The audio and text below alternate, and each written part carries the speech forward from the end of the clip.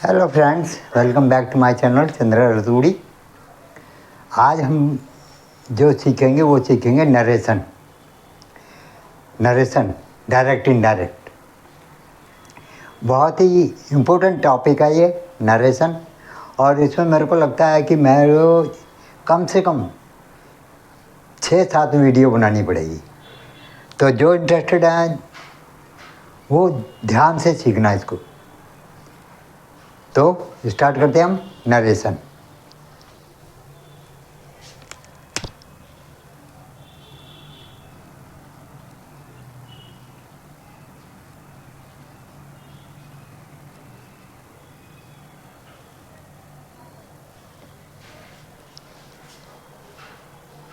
Narration का मतलब क्या होता है? Direct indirect.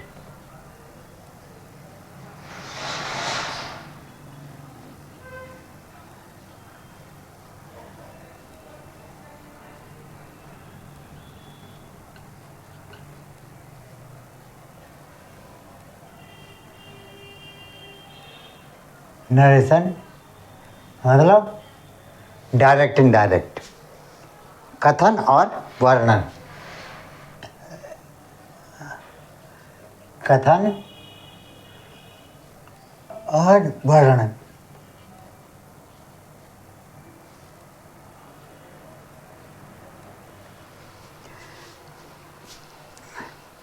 अब देखो, इसमें से आधी बात आपको पता लग गई होगी, कथन और वर्णन।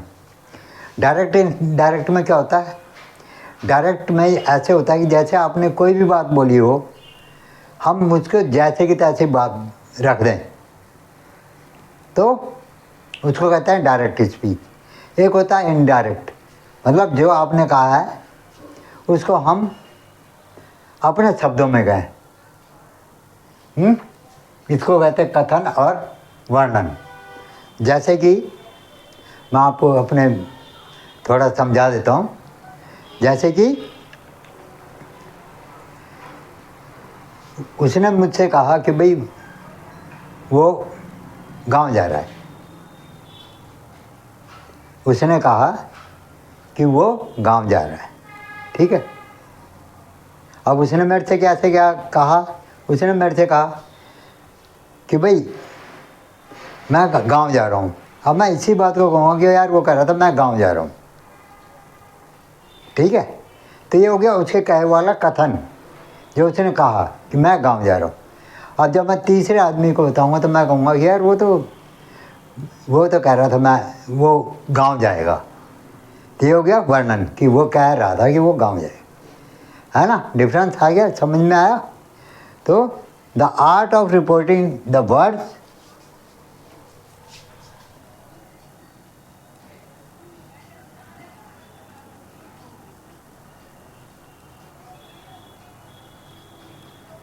the art of reporting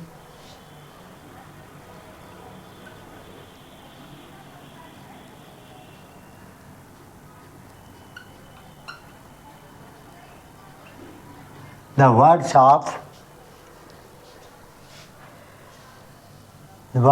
of a speaker is called narration.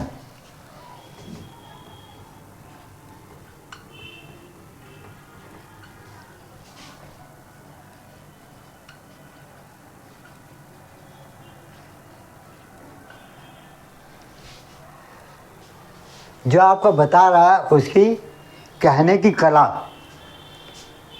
को हम नरेशन कहते हैं। वो किस तरह से कहता है, किस तरह से बात करते हैं, वो मैं आपको अब आगे बताऊंगा। हम किसी भी बात को दो तरह से कह सकते हैं। हम किसी बात को दो तरह से कह सकते हैं, ठीक है ना? कैसे कह सकते हैं? बात एक तो होता है वक्ता की बात को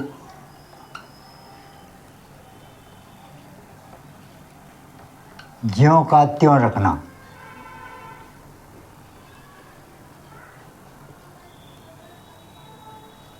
ठीक है, ये मैंने अभी अभी आपको समझाया था। तो हम उसकी बात को जैसे का तैसे रख देंगे तो उसको क्या कहते हैं? एक तो ये तरीका हो गया कहने का। दूसरा होता है वक्ता के शब्दों का सारांश। दूसरा होता है वक्ता के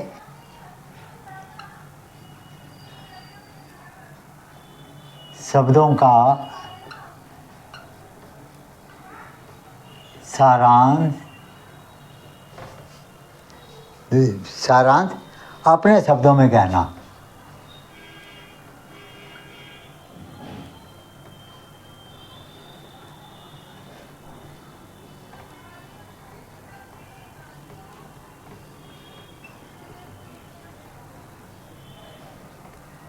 ठीक है भाई। एक तो हो गया वक्ता की जो जैसे उसने कहा वैसे ही वैसे का वैसे बोल दिया। दूसरा तरीका होता है कि उसके जो उसने बोला उसका हम अपने शब्दों में उसकी वर्णन करते हैं। ठीक है ना? जैसे for example, Kavita said to me,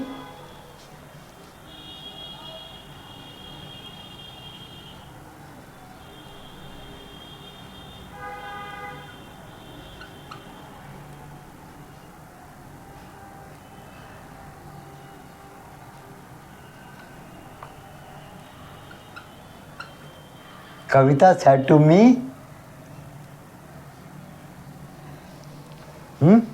I shall go to the picture.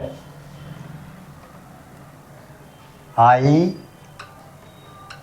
Shell go to the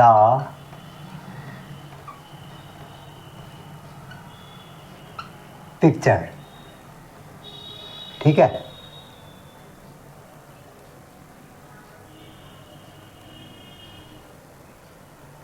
I shall go to the picture. Kavita ने मुझसे कहा कि वह पिक्चर देखने जा रही है। ठीक है?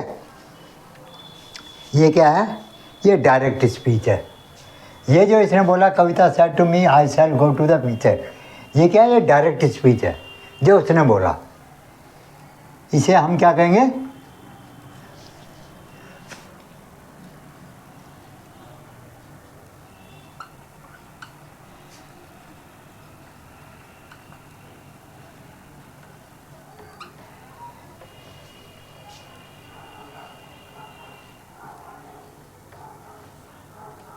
इसे हम डायरेक्ट स्पीच कहेंगे। इसमें क्या होता है? इसमें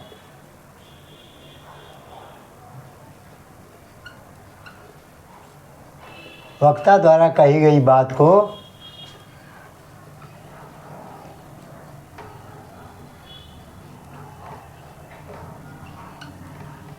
को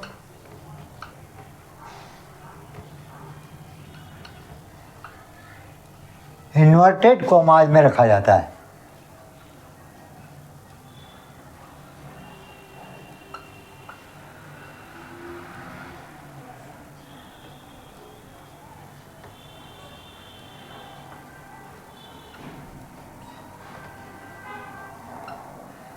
ठीक है भाई? जैसे हमने रखा ना आई shall go to the picture, ये इन्वर्टेड कॉमा है, कॉमा के अंदर, इन्वर्टेड कॉमा के अंदर तो रखा जाता है, तो इसे डायरेक्ट स्पीच हम कहते हैं। ये तो हो गया डायरेक्ट स्पीच। ठीक है? अब इसी को हम जो बनाते हैं, इसी को हम अपने शब्दों में वर्णन करते हैं, तो कैसे कहेंगे? यार एक तो ये पेनों ने बहुत तंग कर रखा है।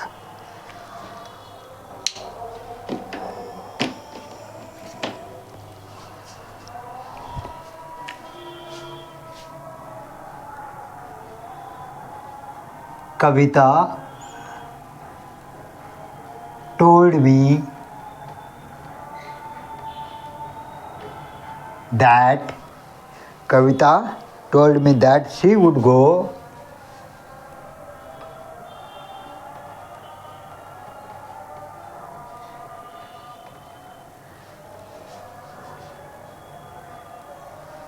she would go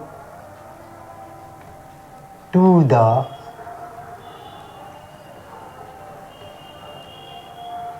picture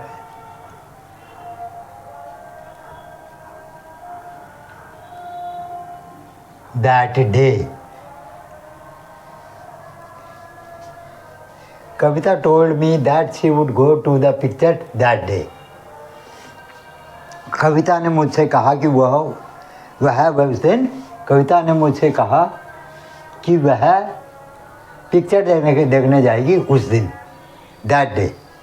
जिस दिन उसने मुझसे कहा उस दिन वो पिक्चर देखने जाएगी। She would go to the picture that day, Kavita told me.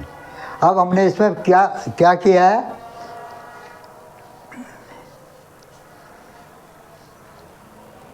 Direct speech को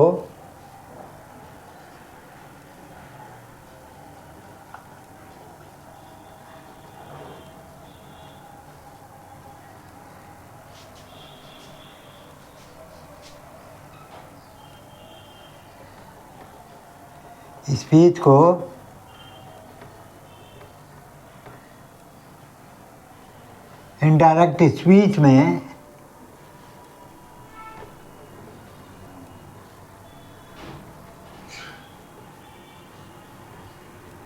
बदलने के लिए हमने 5 परिवर्तन किए हैं। 5 परिवर्तन या चेंज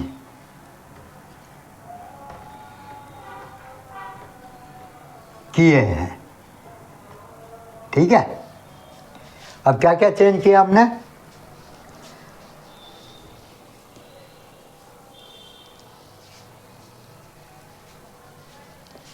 नंबर 1, सैड को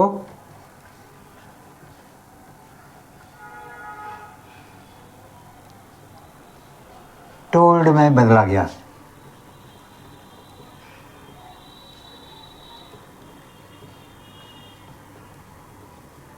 ठीक है, दूसरा क्या है?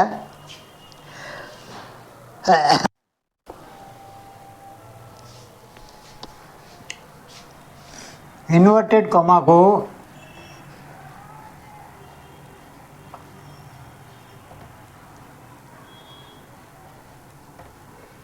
कॉमाज को हटाकर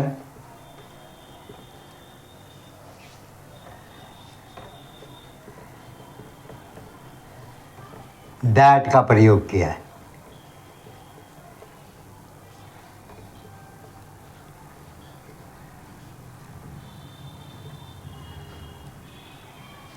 ठीक है जी। तीसरा हमने क्या किया है? इसको आई को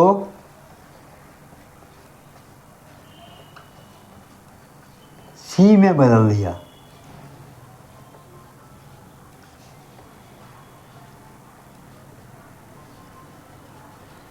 आई को हमने सी में बदल दिया। और चौथा क्या था? शैल गो को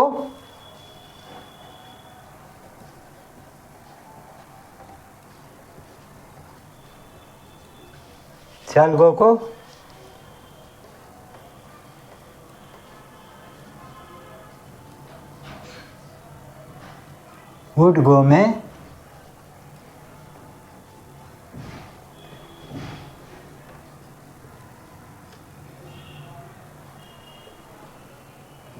ठीक है भाई।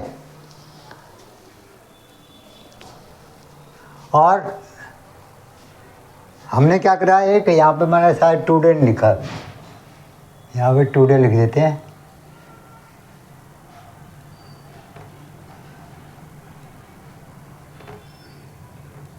टुडे, तो हमने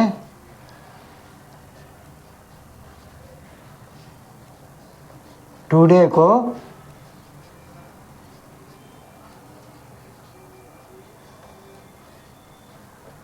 दैट डे, टुडे को हमने क्या करा,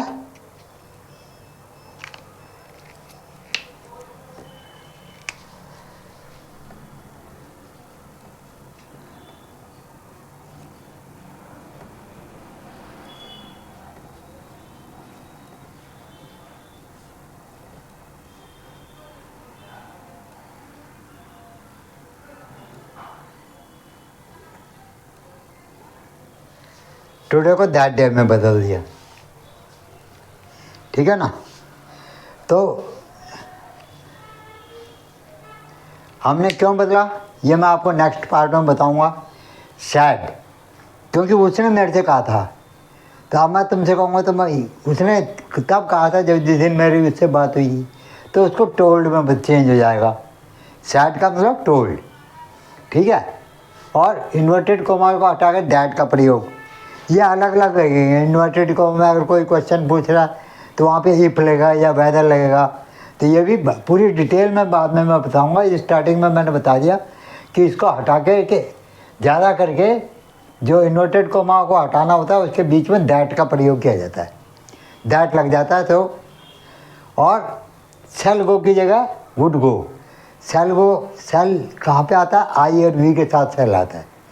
यहाँ पे जब हम सी लिख रहे हैं तो सेल का वुड हो जाएगा, क्योंकि पुरानी बात हो गई। तो सेल की वो की जगह वुड गो हो जाएगा। टुडे को दैट डे, टुडे मतलब उसने तो मेरे से जैसे कहा था कि आज मैं पिक्चर देखने जाऊँगी, अब वो 10 दिन पहले की बात थी या 4 दिन पहले की बात थी, तो मैं क्या कहूँगा दैट डे, जिस दिन उसने मेरे से कहा था, तो दैट डे। तो मेरे को लगता है ये आपको थोड़ा समझ में आ गया होगा कुछ कुछ, क्योंकि ये बहुत इम्पोर्टेंट चीज़ है। बहुत ही, अगर आपको समझ में आ जाएगा तो आप मास्टर बन जाओगे इंग्लिश के, है ना। धीरे धीरे आपको समझ में आएगा थोड़ा थोड़ा। आज इतना है, अगर इसको आप बार बार ज़रा पढ़ेंगे, रिपीट करेंगे, देखेंगे, प्रैक्टिस करेंगे, तो मैं समझता हूँ आपको समझ में आ जाएगा। बाकी मैं दूसरे उसमें आपको और ज़्यादा बताऊँगा। दूसरी जो मैं वीडियो बनाऊँगा, ये अब मेरी नरेशन की वीडियो कम से कम 5-6 चलेगी। 5-6 वीडियो मेरी नरेशन पे चलेगी, ताकि लोगों को समझ में आए, बच्चों को समझ में आ जाए। क्योंकि मेरे को बहुत ज़्यादा वो आ रहे थे कि नरेशन बताओ, हमारे को तो नरेशन बताओ। मैक्सिमम 100 से ज़्यादा मैसेज मेरे पास आ गए कि हम टेंथ तो बाद में सीख लेंगे, नरेशन पहले बता दो। तो टेंथ तो मैंने आपको प्रेजेंट टेंस तो करवा दिया था, पास्ट टेंस और फ्यूचर टेंस में आगे कराऊंगा। अभी जो जिनकी डिमांड है नरेशन की, उनकी पूरी कर दें फिर।